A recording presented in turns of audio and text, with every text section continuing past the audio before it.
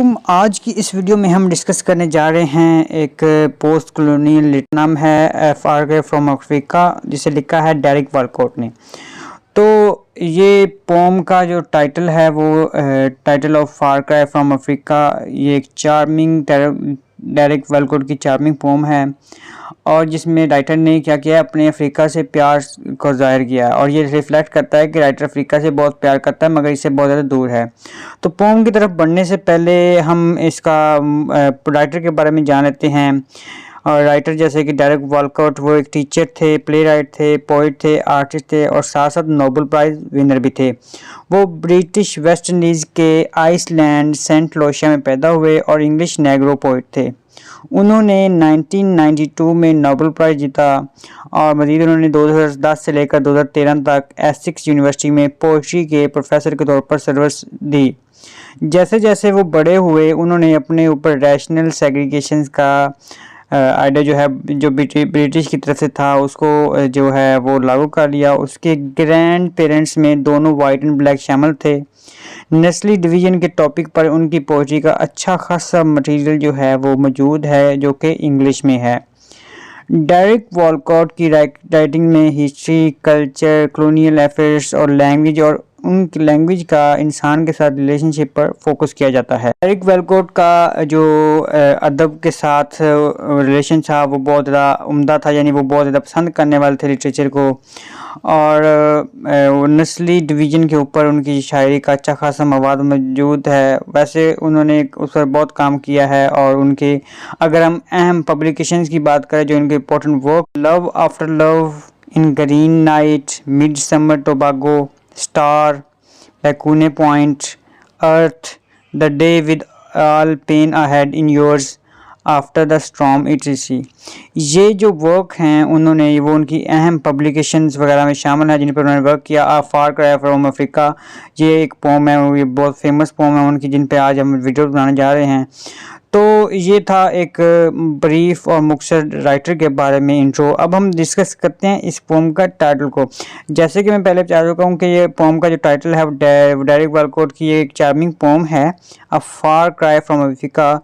तो जिसमें वो अपने जस्ट राइटर अपना लव है वो शो करवाता है अफ्रीका की तरफ और ये रिफ्लेक्ट करता है कि वो राइटर जो है वो अफ्रीका से बहुत प्यार करता है और उससे वो बहुत ज़्यादा दूर है। फार क्राई फ्रॉम अफ्रीका 1962 में पब्लिश हुई, जिसके राइटर का नाम डेरिक वॉलकॉट है।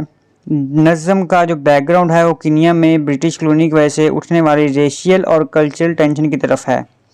लोकल कबीला जो है वो एक मूवमेंट स्टार्ट करता है जिसका नाम होता है माऊ माऊ।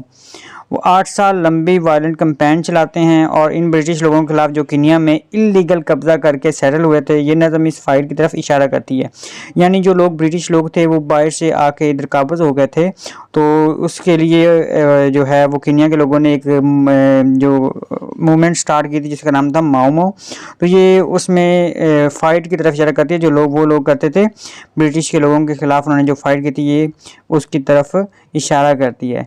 अब हम बढ़ते हैं अपने जो पोम है उसकी समरी की तरफ बढ़ते हैं। तो नज़म के पहले जो 2 स्टैंजा में स्पीकर जो है वो अपने आप से अजीब सवाल पूछता है कि जो कॉलोनियल ऑक्यूपेशन के ख़तरनाक प्रॉब्लम्स हैं और उनसे पैदा होने वाले खूनी रिजल्ट पे रोशनी डालता है। वो कहता है कि how can I face such slaughter and be cool, कि मैं इतना जो है वो सब कुछ फेस करके और इतना जो है वो जुल्म फेस करके मैं किस तरह शांत रह सकता हूँ, कि मैं ऐसे जुल्म कैसे सह सकता हूँ। वो इंग्लिश लैंग्वेज से अपनी मोहब्बत के दरमियान फंस गया है, जिसके साथ साथ वो जो शायराना तौर पर अपने आप को ज़ाहिर करता है, उसे अपने अफ्रीकन फैमिली से अपने ब्लड रिलेशन के साथ ज़ाहिर करने और उन पर अंग्रेज़ों की तरफ से ज़ालिम को ज़ाहिर करने के लिए अपनी मदर लैंग्वेज की ज़रूरत पड़ रही है। ये वजह है कि वो इंग्लिश और अपनी मदर लैंग्वेज यानी मदर टंग अफ्रीकन लैंग्वेज के दरमियान फंस गया है। इस पोम के 3 स्टैंजा हैं। पहले 2 स्टैंजा में जो है वो क्या कर रहा है, वो क्रिटिसाइज कर रहा है किसको, अफ्रीकन को भी क्रिटिसाइज कर रहा है राइटर, और किसको कर रहा है, इंग्लिश लोगों को भी क्रिटिसाइज कर रहा है। और थर्ड स्टैंजा में शायर ये शो कराता है कि वो किसका साथ दे, क्योंकि वो कन्फ्यूजन का शिकार होता है कि वो दोनों कौमों में से किसको कौम को बुरा कहे और किसको बुरा ना कहे, क्योंकि दोनों एक जैसी थी। ये कैसे एक जैसी थी अभी हम डिस्कस कर रहे हैं। फर्स्ट स्टैंजा का मैंने अभी आपको थोड़ा सा ब्रीफ बताया है कि शायर इस जो है वो राइटर इस नज़म में थोड़ा सा परेशान है, कंफ्यूज है, और एक अजीबो गरीब जो कैफियत है उससे जो है वो उसमें फंस गया है कि वो जो इंग्लिश लोग हैं उनके मुजालम का जिक्र करता है कि जो कि उन्होंने 1950 के बाद जब वो अफ्रीका आए थे और तहजीब का लिबादा ओढ़कर उन्होंने अफ्रीका के लोगों को अपना गुलाम बनाया, उन्हीं के वसाइल को अपने फ़ायदे के लिए इस्तेमाल किया। 1950 से पहले अफ्रीका एक जन्नत की मानत था, लेकिन अब यहाँ खून की नदियाँ बहती हैं। वो कहता है कि वो ऐसा जुल्म कैसे बर्दाश्त कर सकती। यहाँ पे जो है वो writer post colonial element show करवा रहे हैं, वो किस तरह के वो अपनी कौम को बेदार करते हैं, कैसे अपनी जो नेचुरल ब्यूटी है उसको डिस्कस करके। वो बताते हैं कि जो पहले जब वो इंग्लिश नहीं थे, जब ये खून नहीं था, तब क्या था, तब नेचर में बहुत ज़्यादा ब्यूटी थी, बहुत खूबसूरती थी, अफ्रीका एक जन्नत था। हालांकि ऐसा नहीं है, गुर्बत तब भी वहाँ थी, लेकिन वो ये शो करवाते हैं कि तब अफ्रीका एक जन्नत था, अब गुलामी की जंजीरें आ गई हैं। उन्होंने आके तब बड़े शरीफ से बन के आए थे, ये करने आए थे कि वो हमें रिच करेंगे, इधर आके ट्रेड करेंगे, लेकिन उन्होंने आके हमें गुलाम कर दिया है। फिर वो राइटर कहता है कि how can I face such slaughter and be cool. फिर ये वो बात कहता है कि मैं सब कुछ देखते हुए, ये सब जुल्म बर्दाश्त करते हुए मैं कैसे कूल रह सकता हूँ। फिर वो बात करते हैं कि अफ्रीका ने जो है ना माओ माओ जो है ये एक मूवमेंट है, उसका आगाज़ किया, वो गोरों से आज़ादी हासिल कर सके, लेकिन अफ्रीकन और गोरों में कोई फ़र्क नहीं है। क्यों?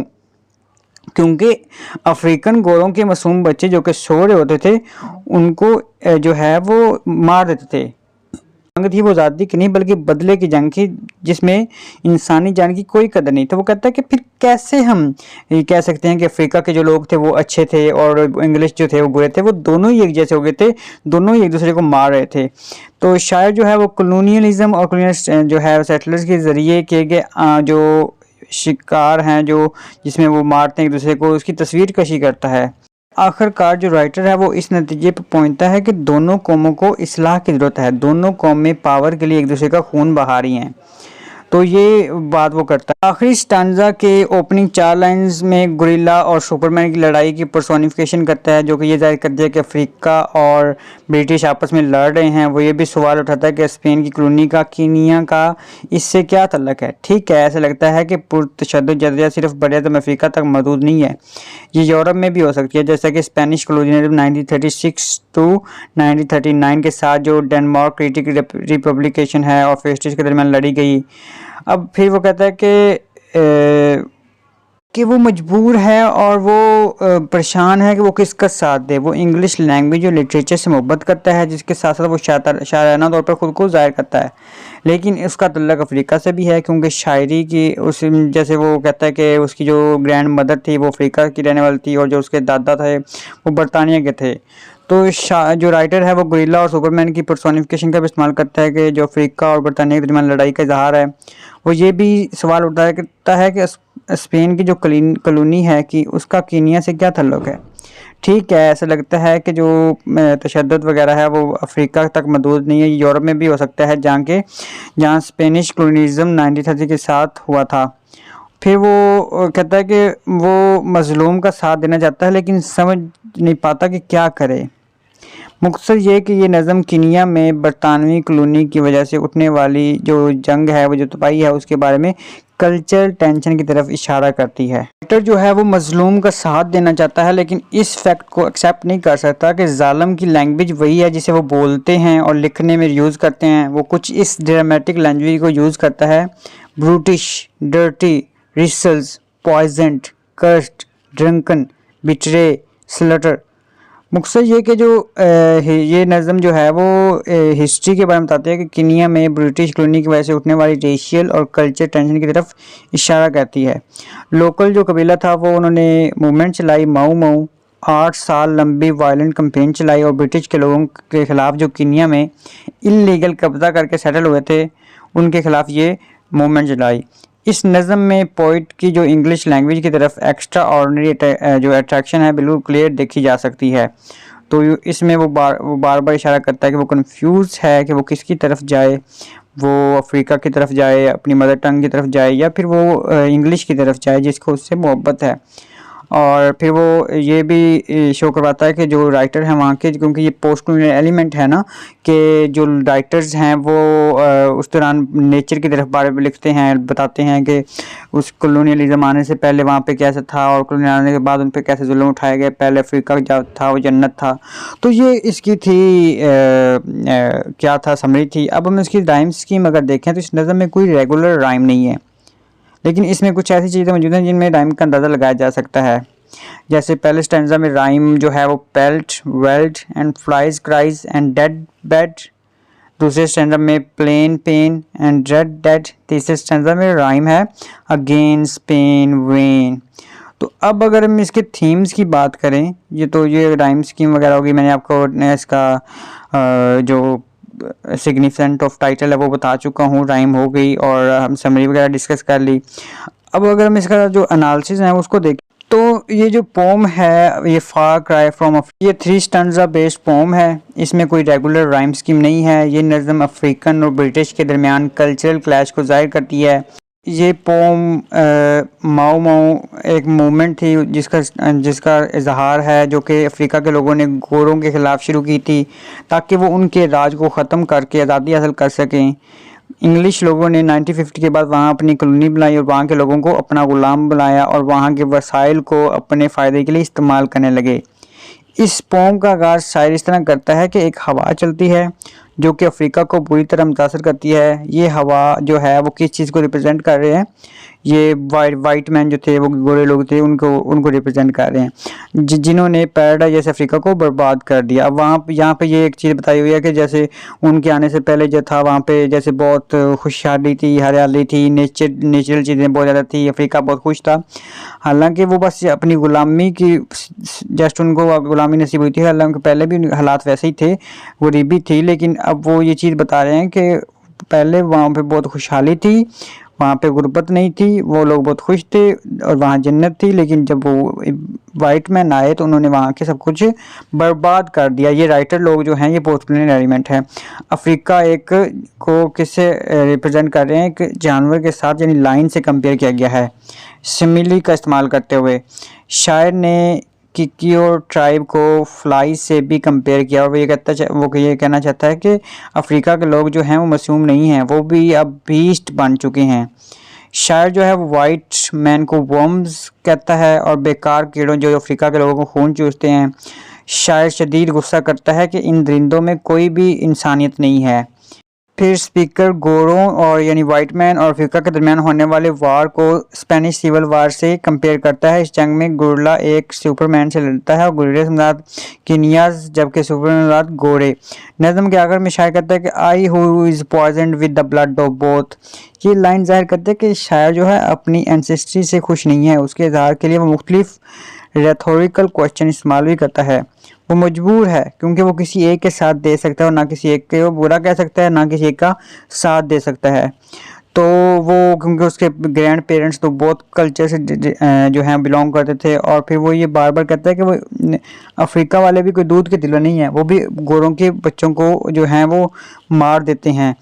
और ये फार क्राई फ्रॉम अफ्रीका जो है वो पोस्ट कॉलोनियलिज्म की पोइट्री से रिलेट करती है, जिसमें पोइट अफ्रीका में ब्रिटिश कॉलोनी और उसके असरात को लिखने की कोशिश करता है।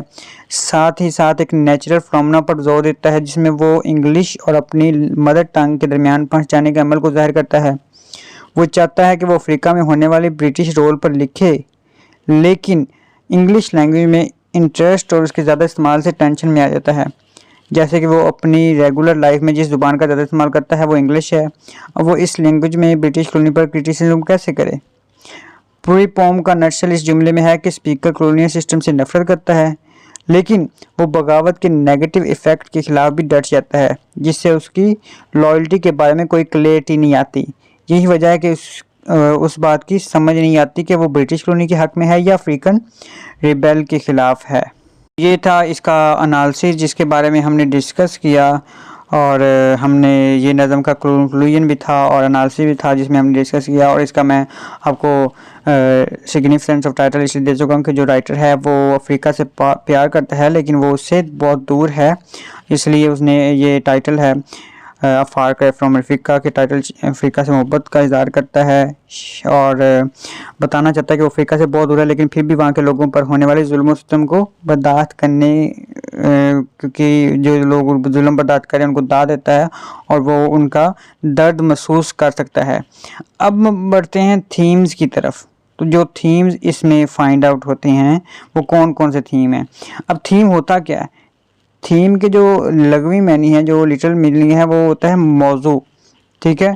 यानी कि नज़म या ड्रामा या फिल्म में जो राइटर जो पैगाम देना चाहता है इसे हम थीम कहते हैं। इस नज़म में कुछ थीम जो हैं वो हैं जैसे लस्ट फॉर पावर। अब यूं तो इंसान जो है वो एक समाजी जानवर है जिसको तहजीब याफ्ता बनाया जाता है ताकि वो इस माशरे में, सोसाइटी में दूसरे लोगों का हमदर्द बन सके। लेकिन इंसान एक ऐसा दरिंदा है जो ताकत के लिए अपने ही जैसे दूसरे जानवरों को और इंसानों को शिकार कर सकता है। लस्ट फॉर पावर हमेशा से ही राइटर का पसंदीदा टॉपिक रहा है। जैसे मक्खियों का खुदा लॉर्ड ऑफ फ्लाइज में विलियम गॉर्डनिंग कहते हैं कि छोटे बच्चे जो कि सिर्फ स्कूल बॉयज थे, जब इन्हें ताकत का भूत सवार हुआ तो वो होश आवाज खो बैठे और एक दूसरे की जान के प्यासे बन गए। दो भेड़िए जो रिवर में छोड़ देते तो ये जाएं तो वो इस कदर जो हैं वो फसाद बर्पा करते हैं जिस कदर इंसान की दौलत और मर्तबे का जो है वो और लालच इस दुनिया में फसाद डालती है। तो शायर कहता है कि सिर्फ वाइट मैन ही ताकत नहीं चाहते बल्कि अफ्रीका के लोग भी यही जो है वो गर्ज रखते हैं। अगर तारीख का या हिस्ट्री का मुताला किया जाए तो अफ्रीका के लोग जंगली जानवरों का बेरहमी से शिकार करते थे, इसलिए नहीं कि इन्हें खाने का इंतजाम करना होता था बल्कि इसलिए कि उनके खून बहाकर उन्हें खुशी मिलती थी। इस तरह जो वाइट मैन है अफ्रीका में अफ्रीका के लोगों को तहजीब सिखाने नहीं आए थे बल्कि इन्हें तो हुकूमत करनी थी, इन्हें तो गुलाम बनाना था उन्हें। तो वो तहजीब दिखाने के बहाने में अबलीस बन के आए थे और उन्हें हंट कर रहे थे। उसके बाद जो नेक्स्ट थीम है द फॉल ऑफ ह्यूमैनिटी।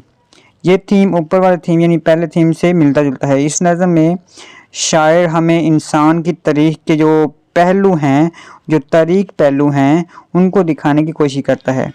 ये इंसान ही है जो दौलत के लिए, वसाइल के लिए, हुकूमत के लिए बेगुनाह इंसानों को खून बहाता है। अफ्रीका एक जन्नत था लेकिन वाइट मैन के आने के बाद वो एक खून की नदी बन गया, एक ऐसा जहन्नम जहाँ सब अबलीस थे। इंसानी जानवरों जान की कोई कदर नहीं थी। गोरे तो गोरे, अफ्रीका के लोग भी गोरों के मासूम बच्चों को सोते हुए मार देते थे। ये तो अब ह्यूमैनिटी इतनी तो होनी चाहिए ना, बच्चों को कत्ल नहीं करना चाहिए, लेकिन वो बदले के लिए in the sake of revenge वो उनको कत्ल कर देते। वो मासूम बच्चों का कोई कसूर नहीं था लेकिन फिर भी वो उनको कत्ल कर देते थे। उसके बाद जो नेक्स्ट थीम है वो है थीम ऑफ स्प्लिट आइडेंटिटी। अब राइटर के जो ग्रैंड फादर का तल्लक बरतानिया से था और राइटर की ग्रैंड मदर का तल्लक अफ्रीका से था। तो पोम के आखिर तक शायर जो है, राइटर जो वो डिसीजन नहीं ले पाता कि वो किसका साथ दे, क्योंकि वो दोनों कौमों से तल्लक रखता था। उसके अलावा दोनों कौमों में तहजीब नाम की कोई चीज़ नहीं थी। शायर कहता है कि उसे जो ब्रिटिश लिटरेचर है और ज़ुबान है उससे बहुत ज़्यादा लगाव है, मोहब्बत है, लेकिन इसे अपने अफ्रीका से भी मोहब्बत है।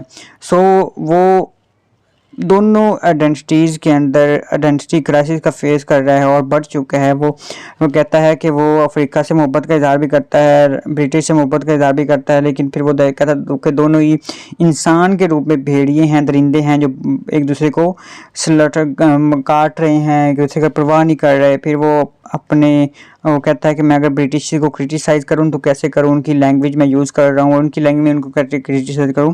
तो यहाँ पे थीम ऑफ स्प्लिट आइडेंटिटी आता है कि वो कंफ्यूजिंग का शिकार है। उसके बाद जो नेक्स्ट थीम है वो है theme of ethic conflict. Ethnic conflict इस नज़म का एक बहुत ही अहम थीम है। जो है वाइट मैन ये समझते हैं कि वो सबसे ऊपर हैं, इसके अलावा जितनी भी कौमें हैं वो उन पे हुकूमत कर सकते हैं। उन्हें ये हक जो है हासिल है कि वो दूसरे मुल्क में अपनी कॉलोनी बनाएं और वहाँ के लोगों को अपना गुलाम बनाकर उनसे काम करवाएं। यही वजह है कि हिस्ट्री में वाइट मैन ने कई ममालिक पर अपना कब्जा किया और सालों तक वहाँ हुकूमत करते रहे। जैसे कि वो बर-ए-आज़म एशिया में भी आए, यहाँ पे उन्होंने बरसगीर पे हमला किया और दूसरे और भी ममालिक थे जहाँ पे उन्होंने हमला किया। बर-ए-आज़म अफ्रीका में भी गए तो वहाँ पे उन्होंने बहुत ज़्यादा हुकूमत की। तो वो ये समझते हैं कि वो उनके पास ये पावर है, ये उनके गॉड की तरफ से है कि वो जिस पे मुल्क पे चाहें वो कब्ज़ा कर सकते हैं। उसके बाद जो नेक्स्ट थीम है वो लव फॉर अफ्रीका। अब राइटर इस जो पोम है उन्होंने अपने मुल्क के बारे में, अफ्रीका के लिए खून के आंसू रोता है, जैसे कि हमें नज़म के जो नेम है, टाइटल वहाँ से पता चलता है, अ फार क्राई फ्रॉम अफ्रीका। इससे मालूम होता है कि शायर जो है वो अफ्रीका से बहुत दूर है, लेकिन फिर भी जो अफ्रीका की तबाही है उस पर वो टूट सा गया है। वो कहता है कि वाइट मैन से पहले अफ्रीका क्या था, जन्नत था, लेकिन उन्होंने आके इसे तबाह कर दिया। उसकी पहले एक ब्यूटी थी, उसकी नेचुरल ब्यूटी थी, और लोगों ने इससे आके, ये वाइट मैन ने आके तबाह कर दिया। तो अपने एक लव को, अपनी अटेंशन को, अपनी अफेक्शन को अफ्रीका की तरफ शो करवाता है, और ये कहता है कि जो है वो वाइट मैन ने आके सब कुछ तबाह कर दिया है। तो यहाँ पे ये होता है कि इज़म का भी थीम हम यहाँ पे यूज़ कर सकते हैं कि वहाँ पे आके उन्होंने कॉलोनी बनाई और वहाँ पे आके रूल करने लग गए। उससे पहले अफ्रीका के हालात भी बताए हुए हैं, और उसके बाद भी उन्होंने आके किस तरह जुल्म किया, वो तहजीब इसके सिखाने के बहाने आए थे और क्या कर गए। लैंग्वेज का थीम भी हम कह सकते हैं, जो कि जो पोम का जो ये थीम है वो किस लैंग्वेज, वो आइडेंटिटी और कल्चर से उसका बहुत गहरा ताल्लुक है। वो कह सकते हैं कि पोम का स्ट्रक्चर इंग्लिश ज़ुबान के साथ अहम रिलेशनशिप को ज़ाहिर करता है। जो राइटर है वो इंग्लिश वर्सेस की टिपिकल रुकावटों के साथ मशगूल रहता है, जब इन रुकावटों से वो फ्रीडम फाइट की भी कोशिश करता है। ये पोम वालकोट के बाकी वर्क्स की तरह जो है वो टिपिकल अंदाज में इंग्लिश ज़ुबान की पोइटिक वे में अंडरस्टैंडिंग पर मबनी है। दूसरे लफ्ज़ों में जो नज़म में ट्रेडिशनल इंग्लिश शायरी के एक आज़ाद ज़्यादा मॉडर्न वर्जन की तरह लगती है। उसके बाद इसका एक और मेजर थीम है कि कॉलोनियल लोगों और उनकी ज़ुबान के दरमियान कॉम्प्लिकेटेड रिलेशन के गिर्द इसका ये थीम घूमता है। वो लैंग्वेज जिसे वो अक्सर अपनाने पर मजबूर करते हैं या फिर वो अपना लेते हैं। पोइट के लिए इंग्लिश लैंग्वेज के दो अलग पहलू हैं, एक इंग्लिश लिटरेचर के भरपूर ट्रेडिशन, ख़ास तौर पर पोइट्री, और दूसरा ब्रिटिश के कॉलोनियलिज्म से मुंसलिक मुजालम की हिस्ट्री, जहाँ इंग्लिश लिटरेचर ने बोलने वाले को सोचने और सेल्फ एक्सप्रेशन का एक ज़रिया दिया है। साथ ही साथ ब्रिटिश कॉलोनियलिज्म ने सिर्फ बोलने वालों की आंखों में दर्द पैदा किया है। नतीजे के तौर पर इंग्लिश में लिखने का जो अमल है या बोलने वाले कम्प्लेक्सिटीज़ हैं और अपोजिट आइडेंटिटी है उसको ज़ाहिर करता है।